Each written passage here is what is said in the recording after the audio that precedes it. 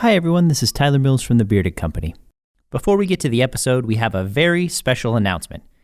We are now officially sponsored by Mox Boarding House, and we couldn't be more excited. Mox Boarding House is the premier local game store.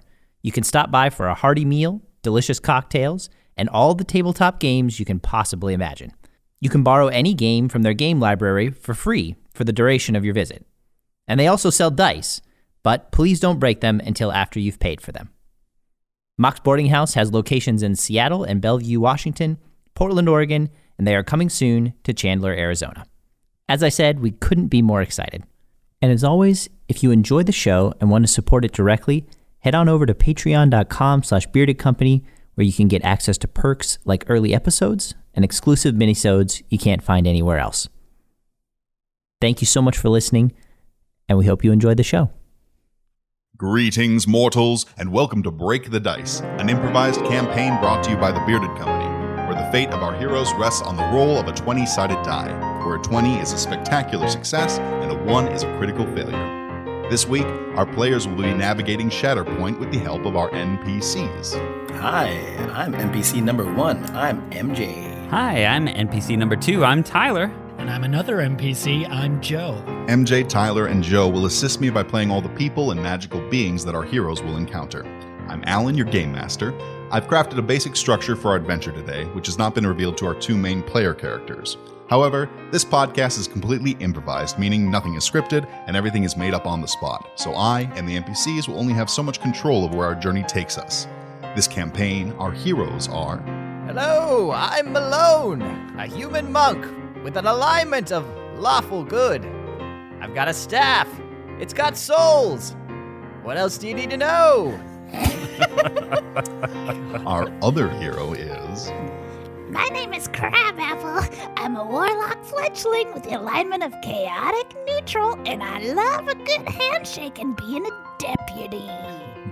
And our special guest for this week, we have Kathleen DeVere from Loading Ready Run's Dice Friends. Hi, Kathleen. Hello. Are you excited to play some improv D&D with us? I am more excited than the tone of my voice would let on. All right. Our magic item for this week is the Bonnet of Babbling. Previously on Break the Dice, our heroes help find another soul find their body. But this one is being attacked by a sweaty yeti, released by the vile Rupert Phranchesca.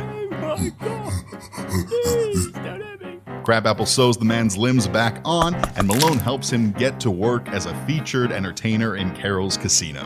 Let me sew on your legs where your arms should be. It's more fun that way. And now you're ready to be a flasher. They then defeat the yeti and learn that Phranchesca has been terrorizing this town for centuries. Rupert Phranchesca has been attached to Shatterpoint in a way that can't be unattached. What does that mean? Oh, that makes sense. Lots of great context for all of this. Slam dunks. Our story begins in the back of a potion shop, where 2 people are being interrogated by Crabapple and Malone, trying to find out the location of Phranchesca. Just tell us, where is this Rupert Phranchesca anyway? I'll poke you with my little sharp knife hand. Crabapple. It's very important that before we start interrogating them, they know that we love them. Can we play good cop, bad cop? Sure. You mean good sheriff, bad sheriff? Yeah, can we play good sheriff, bad sheriff? Yes, absolutely. I'm gonna be the bad sheriff. All right, very well. Now tell us, where's Rupert Phranchesca? Stab me with my knife hands. You can't scare me. You can't scare me at all. I understand this gimmick. You're trying to do Mean Night, Jolly Night. Wait, what? Mean Night, Jolly Night. One of you's mean, one of you's jolly. Yeah, good sheriff, bad sheriff. Yeah, you come into my potion shop. Wait. Hey? I thought it was Naughty Night, Jolly Night. No, love. That's what we play when we're together, remember? Oh, yeah. Okay, just where is Rupert Phranchesca? Do you know or don't you? I told you we didn't know. We told you that in the front of the shop. You came in and you roughed up my husband and I. Malone, what do you do when they won't tell us? All right. We're all gonna have a group hug. Oh? Okay? I don't consent to this, honey, do you? I'm not gonna consent to this. You stabbed my hand with your hand. Well, I didn't. Alan, can I do what am I trying to say here? Intimidation? An intimidation check to get them to hug us? You got a 19 on your intimidation check? Christ. Sure. Jesus. Shadow claws grow out. You get extra arms. You fill the room with darkness. The light begins to dim everywhere around you as you speak. You will give us a group hug. Okay. Sounds lovely now, considering the alternative is getting poked in the hand. As they all sort of gather together in this embrace, the bell on the door rings. Oh, hello, I'd like to buy some potion. What's this all in? We're closed for the moment. We're doing a group hug. Get out. And it's a nice hug. I'll be back later. Now, if you ever want another hug like this again, you'll tell us where Rupert... Hold up. Did you say ever want or never want? Couldn't even get it out. 'Cause I don't know which one I want, to be honest. Well, choose whichever one you want, and then that's what I meant. My husband Clark and I have been running this potion shop for quite some time here in Shatterpoint, so we do know just about everybody. But we don't know everything about everybody. Alan, can I do a perception check? Are they telling the truth? Do they know anything about Rupert Phranchesca or not? 18. Every time they say the word Rupert Phranchesca, they kind of look at a Rolodex on the front, and then quickly their eyes dart back, as if they might know something, maybe not directly, but they might know someone. Might know something. Malone, check out that book over there on the counter. They keep looking at it all weird like. Ah, yes. What is this book? It's a list of names and addresses. That's our names and address book. It says it right on the side. See, and when you open it, it says it on the inside. Yes, it's signed right there. Malone, just go to the R section and see if there's anything under Rupert. Wait a minute, these are confidential. How about this? How about you engage with a little old potion master's trick? The potion master walks up to the counter and starts mixing ingredients together and makes 3 vials in front of you. 1 green, 1 blue, and 1 black. Now, one of these is a truth serum. The other one is a lie serum. And the other one will make you shit out your front and back.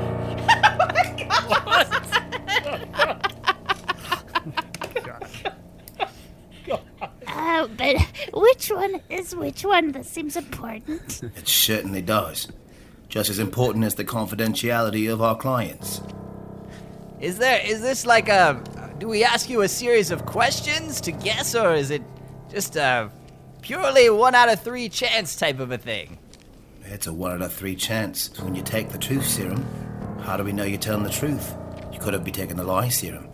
But if you take the shit out the front and back, we know exactly which one you took. Yeah, you're taking them, obviously. Why do I need to take a truth serum? One of you does. This is the bargain I offer you. Ah, very well. Malone, just take the serum. We need the information. All right. Okay. I guess, Look, one's a truth serum, one's a lie serum, and one's a shit out your front and back serum. Just take one. No, I've got all that. Thank you, honey. Thank you. Well, I've always liked the outdoors, and green reminds me of grass, so I guess I'll take the green serum. You get a 2 on your knowledge arcana check, and you are absolutely certain that the green one is going to be that truth serum. I feel good about this, Crabapple. I can't see anything going wrong here. Excellent. Malone downs the green serum, and his throat begins to bulge, and his stomach begins to distend. It gets bigger and bigger, and then he starts vomiting out in both directions, it completely across the entire store, making a mess in every direction with supernatural amounts of excrement. The bell on the door rings again. What? Hey, what? I would like some. What's all this? We're closed for now. Well, I didn't see the sign. I thought you'd put up the sign. I got. Get out! Does anyone have any water? We did what you asked. Now tell us where Rupert Phranchesca is. All right. There. Thanks for playing along. Truth is, all three of them make you shit out your front and back. But since you went through it, I appreciate your spirit. Now, we don't know Rupert Phranchesca, but we do know someone who does. And they're here in this book. He flips through the book until he pulls out a page that is completely black with white text on it. A skull is embroidered in the bottom of the page. You're going to want to look for this symbol. It's a human skull, in case you're wondering. Follow the skulls through town. You'll find the person who knows Rupert. Are they out in the open? Or are they more hidden, like? Well, that's the What were you fun. going to say? I was just. No, I feel like I'm interrupting you. I'm sorry, honey. No, baby, I've been running this whole thing. I'm sorry, love. This is our shop, not mine. Oh, you know what? God, I love you. I love you so we're in much. this together, you and I. We've always been from the top to the bottom since birth. Obviously, yes. The two shopkeepers step across the excrement and vomit and get closer to each other in a romantic way. Like anything else, when you start to look for it, you'll find it. Like love or skulls. We look at each other and we found each other. Just like you're gonna look out there and you're gonna see those skulls. Thank you. You've been a great deal of help. Malone, let's get out of here. Please, I don't want to find out what happens next, but I'm taking these other 2 serums. Our heroes leave the shop. Crabapple dumps the black and the blue potions into their shadow pockets, and you step out into the street.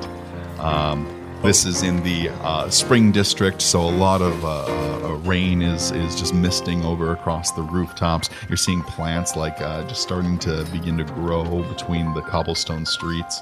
And yeah, you look around the town, and with a 12 perception, you are seeing little marks of a skull along the road. You can kind of follow them in a path, like little waystones, leading to wherever this card is taking you, this page is taking you. Malone, look, the little skull marks along the ground that they said we'd see. Yes, I feel like we're on the right track now. I feel kind of condescended to when they explained to us that it was a human skull, as if I don't know what that looks like, and as if I didn't use it to bathe inside many times when I was a tiny little fletchling. Yes, it's a good lesson to never make assumptions about anyone. Oh, okay. Oh, you're making a lesson out of it. Sorry, Crabapple. I know. It's just my way. I like to teach. As they're walking more, it starts to become a little darker above them. The clouds really start hanging much lower, and they're walking, and it becomes quieter, and there's just louder whooshes of wind and whatnot coming around them. Once again, I feel condescended to, Malone. Somebody's making those bird noises as if me, as an Editor, don't put those in after the show. Well, I've got to say, Crabapple, I've had that same feeling sometimes. Anyway, We see a bird shake its head. Huh? Our heroes step across the barrier between spring and summer into a drier area. The mist stops, but the dark clouds seem to descend and seem to spin over the town like the makings of a tornado right before a storm is about to strike. The wind picks up, and they come across a store. And the front of the store has a black ebony door with a white bone handle. Also, as the cyclone begins to spin, almost as if above the store itself, they see a large skull in the clouds for just a moment. This must be the place, Malone. I'm seeing a lot of my wash basins around here. yes, good eye, Crabapple. I think you're right. Shall we go in? Car. Wait, what was that? Is somebody making bird sounds again? I don't understand why. Yeah, up on the roof, you see a person dressed in like pitch and feathers with a beak like held in front of their mouth as like a puppet, and they're yelling caw from the rooftops. Hey guy, what's your deal? Don't you trust this world to have good enough sounds as it is anyway? Wait, look at me. This is my deal. Yeah, let's go in, Malone. The bird man jumps away and hops to the back of the roof as if he's trying to fly. As they put their hand on the door handle, this bone door handle, they open the door and just a huge wave of air gets sucked into the shop, and it's almost as if their shadows snuff out. It's just their beings. Crabapple, you feel pressed from all sides as you step into this store. Along the walls, instead of normal shopkeepers, you're seeing skeletons putting books up on shelves, and managing the front is a black-robed figure with a little imp on the table next to it, and they're arguing back and forth. No, I said put the book on the shelf. What's that? I'm just deciding on my voice. Yeah, that's still. Oh, no, Mr. Snuffles. That book, you're trying to put it on the wrong shelf. You put the binding out. No, but you're putting it with the shelf full of arcane. Oh, darn. You're putting it with the shelf of arcane dark ankle technology. Oh, fuck. Sorry. I'm not warmed up. No worries, it was great. I love it. Arcane dark ankle technology. I need some of that. We already said cops, so it's all good. It's all good. Listen, those go beneath the knee books. Okay? Look up there. That's the hair books. And then it's the mouth books. And then it's the neck books. And then the rib cage books. You know what? Just reorganize it how you wish. Oh, customers, hello. Welcome to my shop. Hello. Hello. My name's Malone, and this is my good friend Crabapple, and we're here for some information. Oh, I'm your good friend. Yes. Oh, I thought we were just acquaintances, but that's a neat development. The imp creature jumps down off the table and marches over to Crabapple and starts pulling at your shadow, like pulling at your essence, and starts playing with your manifested Very body. nice material. Hey, don't touch me, you weird imp thing. This is my body. Oh, sorry. Oh, Waffles, that's so rude. Don't mind him. Ugh, I don't like waffles. Perhaps you'll become friends later, but yes, we came here for some information, and you look like the person to talk to. What's your name? Oh, well, welcome to my shop. Most people come here for, necromancy, but this is, I like variety. My name is Muriel Snuffwhistle. Oh, that's a beautiful name. Muriel, psst. What is it, Waffles? Ask the shadow person if they'll give us a shadow. It's really nice fabric. Oh, I do love your shadow, dear. Would you mind just giving Waffles a little bit of it? He just seems to really like it. Yeah, let me taste it. Miriam pulls out a pair of shears that glow with blackness and start moving towards Crabapple. Alan, can I do a perception check on the shadow business? Who's trying to cut off parts of me right now? You got a 1. It looks like every skeleton in this place could be an enemy at any moment. Malone, I'm getting a real bad feeling about this. They want to cut off bits and parts of me. Oh, just a trim, dear. You should do that every so often so you don't get split ends anyhow. As Miriam Snuffwhistle gets close to you, she grabs the hair of your shadow and just trims off the top, and it makes you just a little bit shorter. And when you see Miriam Snuffwhistle's face, you notice a sewing mark around her nose, as if she can take off a nose and replace it with a different one at will. Oh, ouch! That really hurt. Give it to me. The imp grabs the shadow hairs and starts weaving it into a little pouch of some sort. Maybe a hat. Pouch into a hat. Maybe a little helmet. Nobody should have to watch themselves be sewn into a hat. Sorry, dear. Let me put a little Bactine on that for you. She grabs this black ichor off the wall and wipes it across the top of your head, and it does feel soothing. It feels cooling. That's the menthol and the abyssal essence.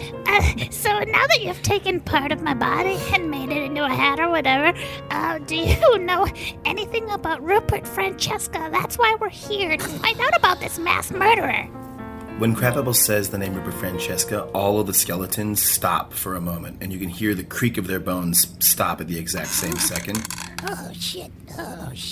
What's Waffles upset about?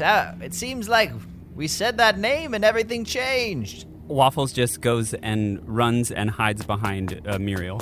That is a name that many people say once while expiring. I hear it more than most, but it's still shocking. Yeah, like this, Rupert. It's a little bit more like betrayal in the voice. Oh, yeah. Rupert! Yeah, Rupert, you son of a bitch.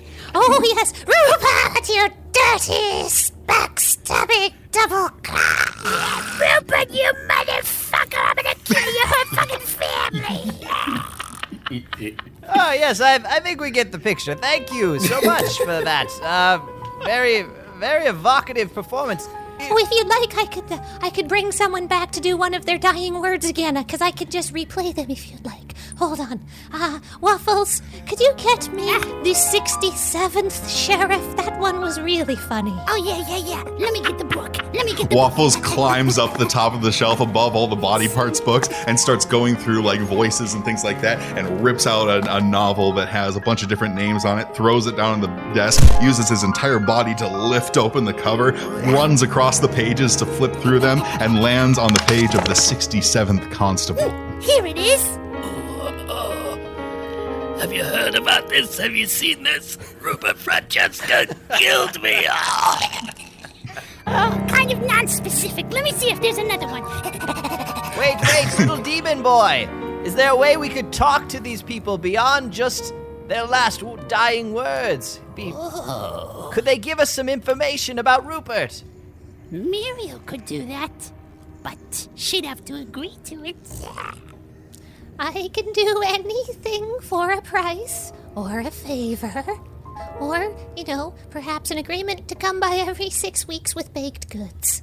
Oh, I don't know how to bake. Malone, do you know how to bake? Well, what kind of baked goods do you like?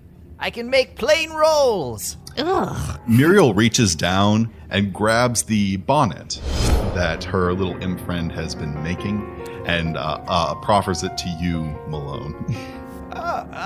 Thank you. It's a bonnet. Yes, made out of Crabapple's shadow hair. Thank you. Yeah. This is the worst day of my literal life.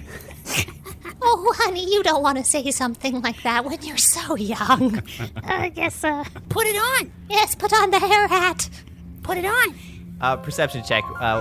Do I have any idea what's going to happen when I put this bonnet on? Natural 20. Break the dice! Break the dice! You see that it's been made of Crabapple's essence, and you know that Crabapple was brought to this world by communing with Constable Vicar, and you think that this thing is going to allow you to speak with that constable while you're wearing it.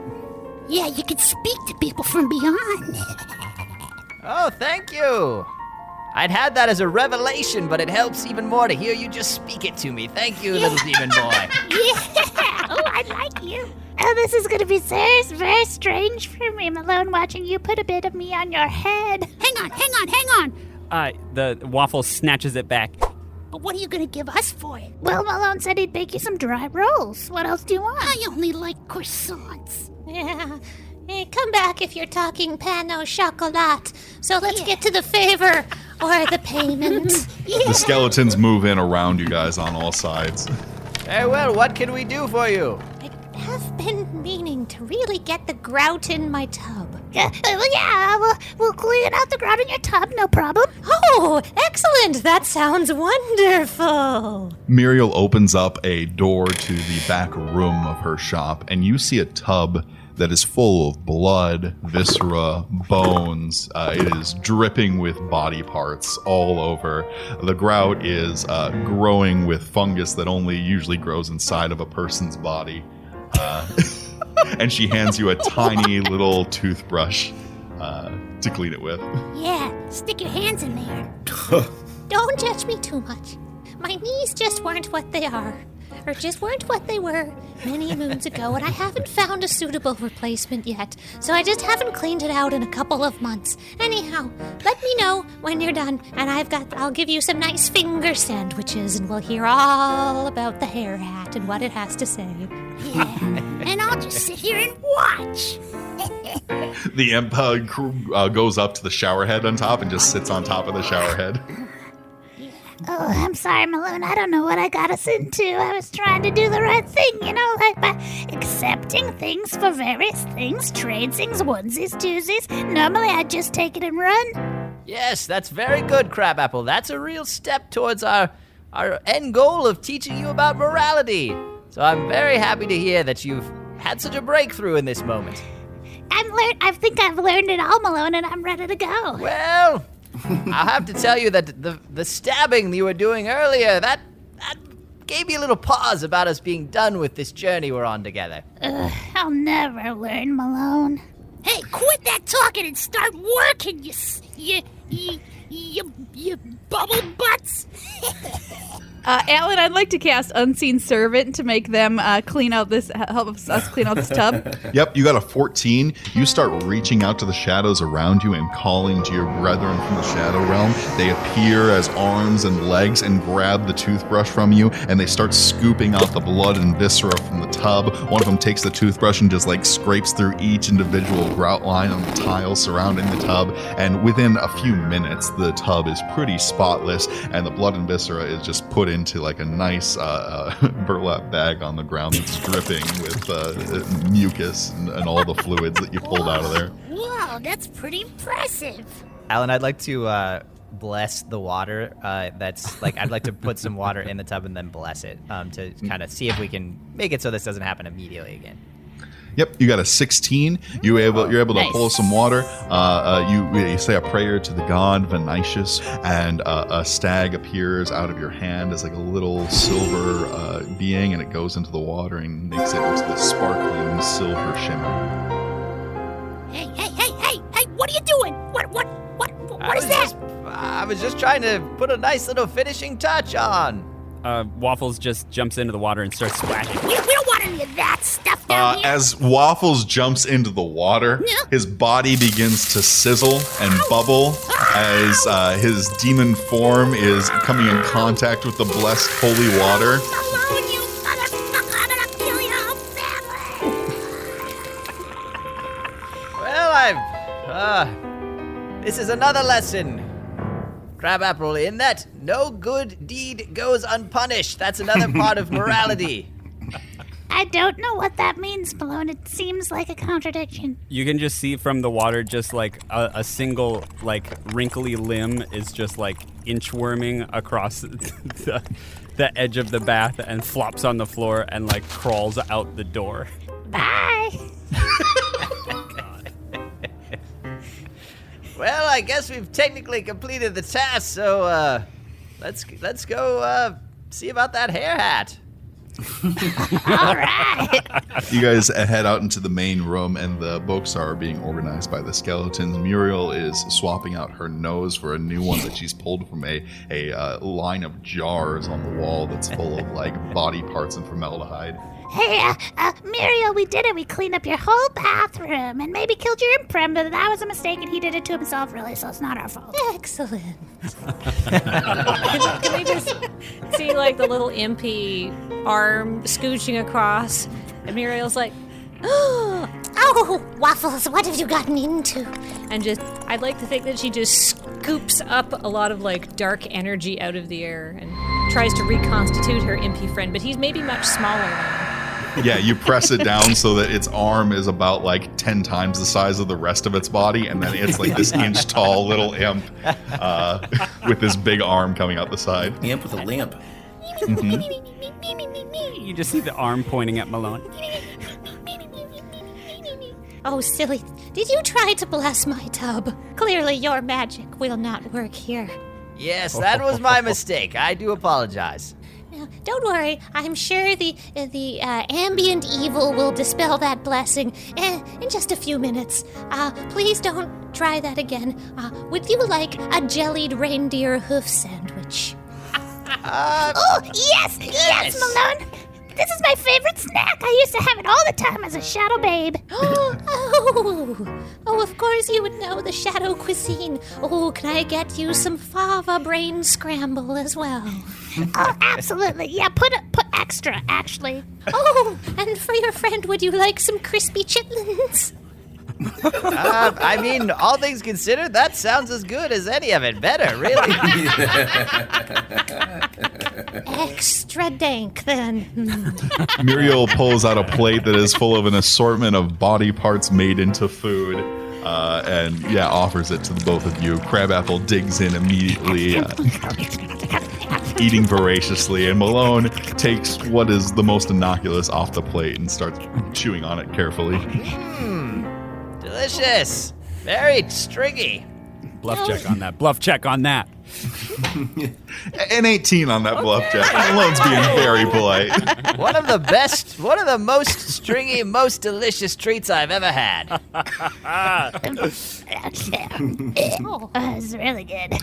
Muriel pulls the bonnet out from under the table and puts it down on the desk in front of you. If you wish to speak to Constable Vicar, you will be able to do so by wearing this bonnet. The power of the hair hat can allow him to communicate to you. But ask only 3 questions, because the dead don't have a lot of stamina. It's really my greatest concern with this thing is, you just have to keep pumping magic into it, and the hair hat's gonna run out of hair juice. So, thank you. That was the most helpful explanation we've ever gotten from anyone in this town. Shots fired. Shots fired. That is accurate. Well, Crabapple, I feel like we should agree on the questions we want to ask before I put the hair hat on. Okay. Question number 1. What is your favorite sandwich? Next choice. Question number 1. What is your favorite type of handshake? All right, we're getting closer. How about something that might be relevant to finding Phranchesca? I've got it this time, Malone. If you could be any kind of bug, what would you be and why? Yes, all right, I don't want to be rude, Crabapple, so I feel like I should take at least one of your questions. So we'll go with that one. If you were to take me on a first date anywhere, where would it be? Well, at least that involves a place, which I guess is part of what we're looking for. I did it. How about this? What if we asked, do you know where Rupert Phranchesca's secret lair is? Malone, don't be an idiot. That's a yes or no question. Oh, you're right. Thank you, Crabapple. See? We're both learning things here. How about tell me where Rupert's secret lair is? That's not a question, Malone. Oh my God, this is harder than I thought. How about this? I think just while this is going on, Muriel looks at her tiny, reconstituted, giant-armed assistant. It's like, oh, it's so much less fun when somebody who knows the rules is helping pick the questions.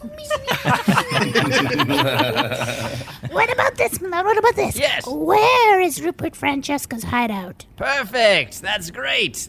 Oh, thank you, Crabapple. All right, we have 2 questions. What about the third one? What is Rupert Phranchesca's deal? Perfect. That's perfect. It's broad and yet oddly specific. Great. I think I'm ready. Put it on. Put me on your head. Wear my skin. Jesus Christ. Well, when you say it like that, I can't wait. Malone takes the bonnet of Babbling and puts it on his head, and it's sharp as everything else on Crabapple's body is. It feels like a thorny hat, and you place it on your head, and apparating before you is Constable Vicar. Here I come again, Doi. Oh, hey, I'm back. Hello. Hey, is this real life? Did you find a way to bring me back? For a brief moment, yes. Constable Vicar Roastabout, it's so good to see you again, buddy. It's good to see you too, little friend. We've got time to ask you 3 very specific questions, so sorry we're not going to play a game of, Parcheesi or anything. But know that we value your friendship deeply. Yeah. Anyway, First question is, if you were a bug, what bug would you be? And why? And why, Malone? And why would you do We what? just used two. Oh, that's two questions. Here we go. Yes. Let's see. I'd be a dung beetle, wouldn't I? Do you know why? That makes sense. Because they can live off anything, can't they? And they're self-serving. They just roll it up into a little ball and then go scooting around. And then they can eat that stuff as much as they want. I could live forever as a dung beetle. What's your last question? What a great answer, Malone. I'm so happy. You have either where is the hideout or what is his deal as the ones you Well, planned I out. feel like we should ask about the hideout one, Crabapple. That feels more immediate, and then hopefully we can find Rupert and ask their deal. We'll ask them ourselves. Are you sure we can't circle back around to the first date question? Well, let's ask this one, and then maybe if we get a bonus question, we'll use it for that. Okay. All right, Vicar. Aye. Where is Rupert's hideout? You see him kind of shiver in his apparition. Just west of Shatterpoint, just north of the Red Grove, there's a cave. A cave that might be familiar to you, Crabapple. A cave filled with shadows. There, you'll find something connecting Rupert Phranchesca to this world. As he says Rupert Phranchesca to this world, he reaches out and grabs the hat off the top of your head, Malone, What? fits it to his own head, and then disappears into the darkness. Oh, there I go. Hold on, Alan, can I pour one of my potions down his throat as he disappears back into the shadow realm? You got a 4 on your check. You reach out and you just throw the potion across the floor. The black potion is now scattered across the floor of this shop. Hey, you can't catch me, eh? Dang it, Malone, I was trying to make him poop himself before he left just because I thought it would be funny. Yes, Is that morality? No, it's. I can't say that it is. Well, I guess we got some good news that we know where Rupert Phranchesca might be hiding out. It's the cave where I used to live. Yes, indeed. Well, Muriel, it's been such a pleasure to meet you, and you have a lovely shop here. I hope we'll be back here many times in the future. Well, thank you. If you'd like, you can purchase one of my insurance policies, so if you do come back here and you have a no necromancy sign, I won't harvest your organs. Malone, can we purchase some insurance? Yes, I guess so. How much does it cost? You can do me a favor, or we can talk again about some baked goods, but, something with frosting, not bread. Come on. What about the payment option? We have some gold. Oh, that will be 4 silver pieces, unless you want the deluxe insurance, and I do recommend that. That will be an even piece of gold each. Oh, but for you, my delightful spiky shadow thing, if you ever find yourself perhaps looking for something a little different, please come by. I won't give you any more haircuts, I promise. You can see the little imp hand starts to grab at Crabapple's shadow again. I would love to come back here, Muriel. It was really weird for a time, but in the end, I honestly quite enjoyed it. Oh, here, before you go, take some pickled reindeer nose as a snack. Oh, yeah! Thank you so much! Excellent. Malone and Crabapple step out into the wind and the dark day and close the door behind them on Muriel and her and look out into the sky, which is about to start a thunderstorm. Malone, it's looking real spooky out here. Yes, it looks very ominous. Above them, as they're looking at this, is that man bird on the rooftop. Hey, you there! Carl! Have you been up there this whole time while we've been inside the store? I don't follow what you do, I just do me. Carl! Caw. Say, you seem to have a bird's eye view of this city. Wondering if you have any information about the comings and goings of Rupert. Rupert, he's evil. He let a bunch of creatures go, and they've been terrorizing the city. Why were creatures free to be creatures in the first place? Why were they kept? Why is he evil? What's bad if no one's good? As this Birdman is saying this, at that moment, on like a bony arm just goes straight through him. He got skeletoned. Perception check. Where did this bony arms come from? It looks like there's a couple skeletons that clean up around the shop, and they're killing birds and rats around the store, and one of them climbed up onto the roof and decided to exterminate this pest as well. I gotta say, Malone, being a deputy is harder than I thought I was gonna be. Oh, everything was pain. Well, I guess there really was no meaning to that. Anyway, Crabapple, I wanted to ask you, before we go to your place of birth, the place you used to live. Yeah, the Shadow Cave. The Shadow Cave, is there anything you need to get off of your shadow chest about this place? Is there anything that it brings up for you about past experiences you might want to share before we dive back into this place? Yeah, well, it's where I was raised with a lot of other shadow beings, and we lived in the cave together, and we, feng shuied it as we saw fit. But it was also the place where we first met Grohl the Knoll, who basically got us all together in an orphan gang to steal people's shadows around Shatterpoint. If you've ever seen the play or the movie Oliver Twist or read the book, perhaps you are familiar with the storyline. Yes, I think I know what you're talking about. At first it was real exciting because I was with all my shadow friends and we were going around town stealing shadows. But then after a while, I learned that maybe stealing shadows wasn't so good. But I didn't learn what was good. Yes, so you had the first part of morality, but not the second. Yeah, exactly. So going back to that cave is gonna make me come face to face with a lot of stuff from my past that maybe I'm not ready for, Malone. Crabapple, did you have any shadow buddies that might still be hanging about? Not really. I was kind of like the outcast. The black sheep of a family of black sheeps, if you will.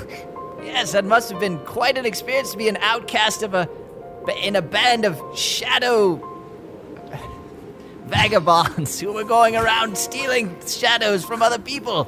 That is truly the most outcast I've ever heard. Well, you don't need to rub it in, okay? I'm sorry. Our heroes leave the town heading towards the cave to the north. What will they find in this cave? Find out next time on Break the Dice, the improvised campaign. Perfect. Yep. Just like we drew it up. Oh my god! Kathleen, thank you so much. That was so You great. can cut. Yeah. Oh man, Kathleen's so good.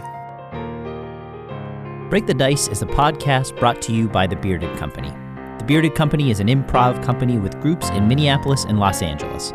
Help support the show and get great rewards by becoming a patron at patreon.com/beardedcompany. Today's cast included our game master, Alan Voigt. Crabapple was played by Maria Bartholdi. Malone was played by Tyler Mills. Our NPCs were Tyler Michaels King, Joe Rapp, and MJ Marsh. And our special guest NPC was Kathleen DeVere from Loading Ready Run. Improvised music was provided by Jack Barrett. And today's episode was produced by Maria Bartholdi and edited by Maria and Tyler Mills.